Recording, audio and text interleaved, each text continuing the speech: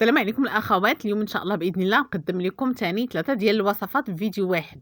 بسم الله على بركه الله. غنبداو بواحد الشوربه ديال البلبوله ديال الشعير رقيقه. كنشدها كنغسلها كنديرها في الكميله ديالي، كنزيد عليها شويه الزيت، كنزيد عليها معلقه صغيره ديال الزعتر، كنخليهم كيطيبوا. اون فوا كطيب كنحركها وكنجمعها بالحليب. راه كتجي تبارك الله ما شاء الله لبنه ومفيده وصحيه وفي نفس الوقت خفيفه، وفي نفس الوقت كتكوني غيرتي وبدلتي، ما كتبقايش دائما نفس الحريره. هاد الشوربه هادي راه كتجي يا سلام. نتمنى تكون عجباتكم بالصحه والراحه. وندوزو للوصفه الثانيه. الوصفه الثانيه اللي هي ميني بسطيله. ميني بسطيله يمكن لك تعمريها باي حاجه. انا معمراها هنا بكفيته، شدها مشحراها مع بصله مع قزبور مع دنوس، الحامض مصير مقطع، معلقه د لامورطاد، الهريسه، صافي هادي هو. وكندهنها وكنعمرها هكا من فوق، كندير زليفه كنعمرها. من بعد ما كنعمرها كنلف ميني بسطيله ديالي صافي. يمكن لك تدخليها للفران، يمكن لك تدخليها للاير فراير، كلشي هادو راهم صحيين. انما كدهنيها بشويه تاع الزويته مع شويه التحميره باش كتعطيك داك اللون. وراه كيجيو تبارك الله ما شاء الله، كيجيو بنان. اون فوا كيطيبوا وهما باقيين سخان كديري عليهم شويه تاع الفرماج من الفوق. وها نتوما كيفاش كيجيو، كل واحد كياخد ديالو، يعني كيجيو مفرادين وكيجيو في نفس الوقت راه كيشبعوا، كيجيو عامرين. يمكن لك تعوضيهم كيف قلت لكم باي حاجه.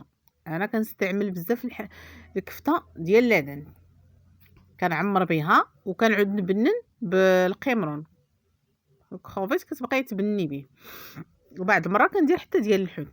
يعني راه كيجيو تبارك الله ما شاء الله، كيجيو بنان وبالصحه والراحه. بالنسبه للوصفه الثالثه اللي هي كيك ديال اللبن، راه جربوه وردوا عليا ان شاء الله كيفاش كيجي. كنحتاجوا جوج ديال البيضات، 3 ديال البيضات حتى لجوج. المهم الا بغيتيها تطلع لك بزاف غديري 3. كاس ديال سنيده، 4 كاس ديال الزيت، جوج سطاشيات فاني، كاس ديال اللبن. هانتوما ركزوا معايا وكتبوا كلشي. كاس ديال اللبن، واحد قبيصه ديال الملح. المهم كنضرب اولا البيض وسنيده هو الاول، عاد كنزيد عليه الزيت صافي. من بعد ما خلطت الخليط ديالي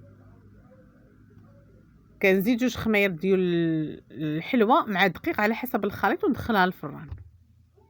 ايوا هذه هي الكيكه ديالي. من بعد ما جات راه جات تبارك الله ما شاء الله، جات مفشفشه وجات الحجم ديالها طويل عالي ومفشفشه وكتجي على هذا الشكل.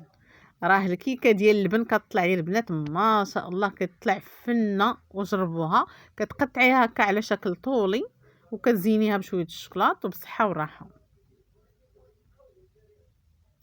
هنا مينو بطبوط حتى هو راهو ساهل بحشوه بارده.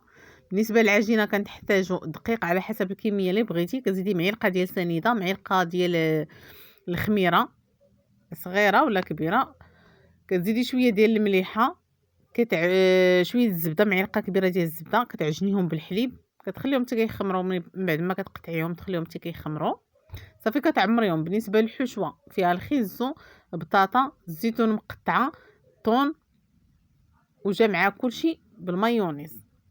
بالنسبه للبطاطا والخيزو راهم دايرين لهم نص السلقه صافي. وكنحكهم. هانتوما الحشوه كيفاش كتجي. من طبيعه الحال كنفرش شويه ديال الخس وكنعمر الحشوه ديالي. ساهلين جميع الشهيوات اللي كنعطيكم والوصفات ساهلين وبساط وغير مكلفين، وفي نفس الوقت كتحطي البصلات اللي هما فنين. نتمنى يكونوا عجبوكم وبصحه وراحه.